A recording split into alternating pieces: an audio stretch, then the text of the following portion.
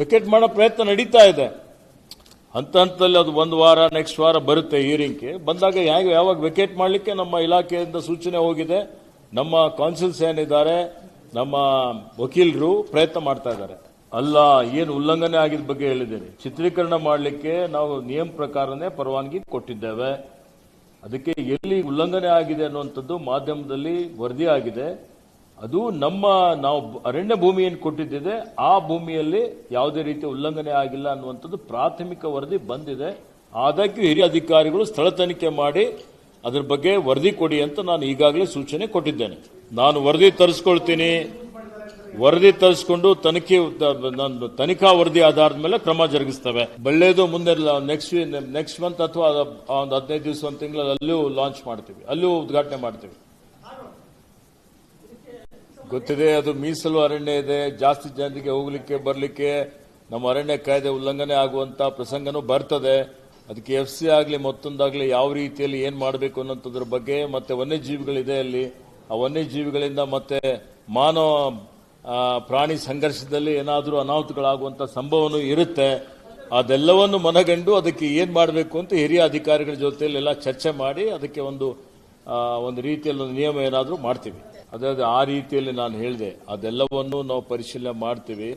ಮಾಡಿ ಉನ್ನತ ಮಟ್ಟದ ಸಮಿತಿಯಲ್ಲಿ ಚರ್ಚೆ ಮಾಡಿ ಅಂತಿಮವಾದಂತ ಒಂದು ತೀರ್ಮಾನ ತೆಗೆದುಕೊಳ್ತೀವಿ. ನೋಡಿ, ಈಗ ಇದೆಲ್ಲ ನಿಯಂತ್ರಣ ಮಾಡಬೇಕು ಅಂತ ಹೇಳಿ ನಾವು ಫೇಸ್ಲೆಸ್ ಸಾಫ್ಟ್ವೇರ್ ಅಭಿವೃದ್ಧಿ ಮಾಡಿದ್ದೇವೆ. ಗೊತ್ತಾ, ಇವತ್ತು ತನಿಖೆ ಆಗಲಿ, ಸ್ಥಳ ತನಿಖೆ ಆಗಲಿ, ಮತ್ತೊಂದಾಗಲಿ ಮಾಡಲೇಬೇಕಾಗುತ್ತೆ. ಇವತ್ತು ನಾವೆಲ್ಲ ಜಲ ಕಾಯ್ದೆ, ವಾಯು ಕಾಯ್ದೆ, ಪರಿಸರ ಕಾಯ್ದೆ ಇವೆಲ್ಲ ನಿಯಂತ್ರಣ ಮಾಡಬೇಕು, ಇದನ್ನು ಅನುಷ್ಠಾನ ಮಾಡಬೇಕು ಅಂತ ಹೇಳಿದ್ರೆ ಇವತ್ತು ಅಧಿಕಾರಿಗಳು ಹೋಗಿ ಅದೆಲ್ಲವನ್ನು ತನಿಖೆ ಮಾಡಿ ಏನೇನು ಕಂಪ್ಲೈನ್ಸ್ ಇದೆ, ಏನೇನು ನಿಯಮಗಳಿದೆ ಅವೆಲ್ಲ ಪಾಲನೆ ಮಾಡಿದ್ದಾರೆ ಇಲ್ಲ ಅಂತ ನೋಡಬೇಕಲ್ಲ. ಇಲ್ಲದ್ರೆ ಸುಮ್ಮನೆ ಇವತ್ತು ವಿನಾಕಾರಣ ಆರೋಪಗಳು ಬರ್ತವೆ. ನಿಮ್ಗೆ ಗೊತ್ತಿದೆ, 24ನೇ ತಾರೀಕಿಗೆ ಕೊನೆ ದಿನಾಂಕ ಇದೆ. ಅರ್ಜಿಗಳು ಬರ್ತಾ ಇದೆ. ನಮ್ಮ ಅಪರ ಪ್ರಧಾನ ಕಾರ್ಯದರ್ಶಿಗಳು ಈಗ ಅದಕ್ಕೆ ಅವರಿಗೆ ನೋಡ್ತಾ ಇದ್ದಾರೆ.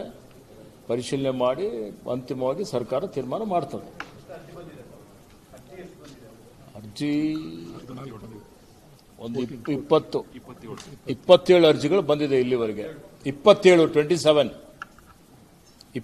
ಅರ್ಜಿಗಳು ಬಂದಿದೆ.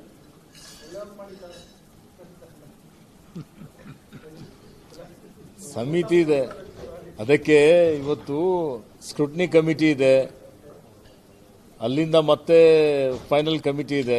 ಸಮಿತಿ ತೀರ್ಮಾನ ಮಾಡ್ತದೆ. Okay, thank you. ಬೆಳಗಾವಿ ಇವತ್ತು ಸಾಯಂಕಾಲ 6 ಗಂಟೆ ಹೋಗ್ತಾ ಇದೆ. ಇಲ್ಲಿ ಸ್ಟೇಟ್ ಬೆಳಗಾವಿ ಏರ್ಪೋರ್ಟ್ ಈಗ 6 ಗಂಟೆ ಫ್ಲೈಟ್ ಇದೆ. ಏನು ಬದಲಾವಣೆ ಇಲ್ಲ. ಏನು ನಮ್ದು ಗಾಂಧಿ ಭಾರತ್ ಸಮಾವೇಶ ನಡೀತಾ ಇದೆ. ಟೀ ಕುಡೀರಿ, ಟೀ ಕುಡಿಯೋಣ, ಕೂತ್ಕೊಳ್ಳಿ. ಟೀ ವಿದೌಟ್ ಶುಗರ್ ಇದೆಯಾ?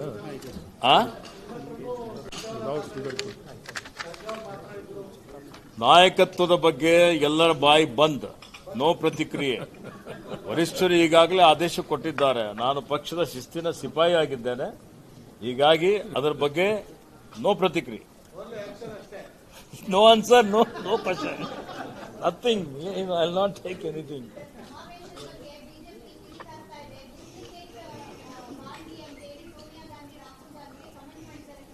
ನೋಡಿ, ಆ ಗಾಂಧಿ ಪರಿವಾರ ಇವತ್ತು ತ್ಯಾಗ ಮಾಡಿದೆ, ಬಲಿದಾನ ಮಾಡಿದೆ. ಇಂದಿರಾ ಗಾಂಧಿಯವರು ತಮ್ಮ ಜೀವನ್ನೇ ಬಲಿದಾನ ಕೊಟ್ಟರು. ರಾಜೀವ್ ಗಾಂಧಿಯವರು ತಮ್ಮ ಜೀವನ್ನೇ ಬಲಿದಾನ ಕೊಟ್ಟಿದ್ದಾರೆ. ಜವಾಹರ್ಲಾಲ್ ನೆಹರೂಜಿಯವರು 10 ವರ್ಷ ಜೈಲಲ್ಲಿದ್ದರು ಈ ರಾಷ್ಟ್ರಕ್ಕೆ ಸ್ವಾತಂತ್ರ್ಯ ಕೊಡ್ಲಿಕ್ಕೆ. ಅದ್ರ ಬಗ್ಗೆ ಮಾತಾಡ್ಲಿ ಇವರು? ಇವರೆಲ್ಲ ನಕಲಿ ರಾಷ್ಟ್ರೀಯವಾದಿಗಳು. ಗೊತ್ತಾ?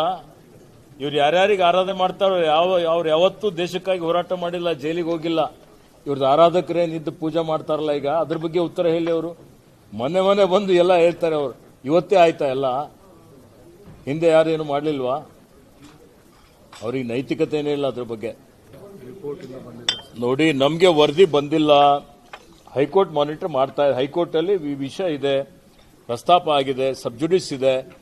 ನ್ಯಾಯಯುತವಾಗಿ ಅದ್ರ ಬಗ್ಗೆ ಇವತ್ತು ಏನು ವರದಿ ಬರುತ್ತೆ ಕಾದ್ ನೋಡೋಣ.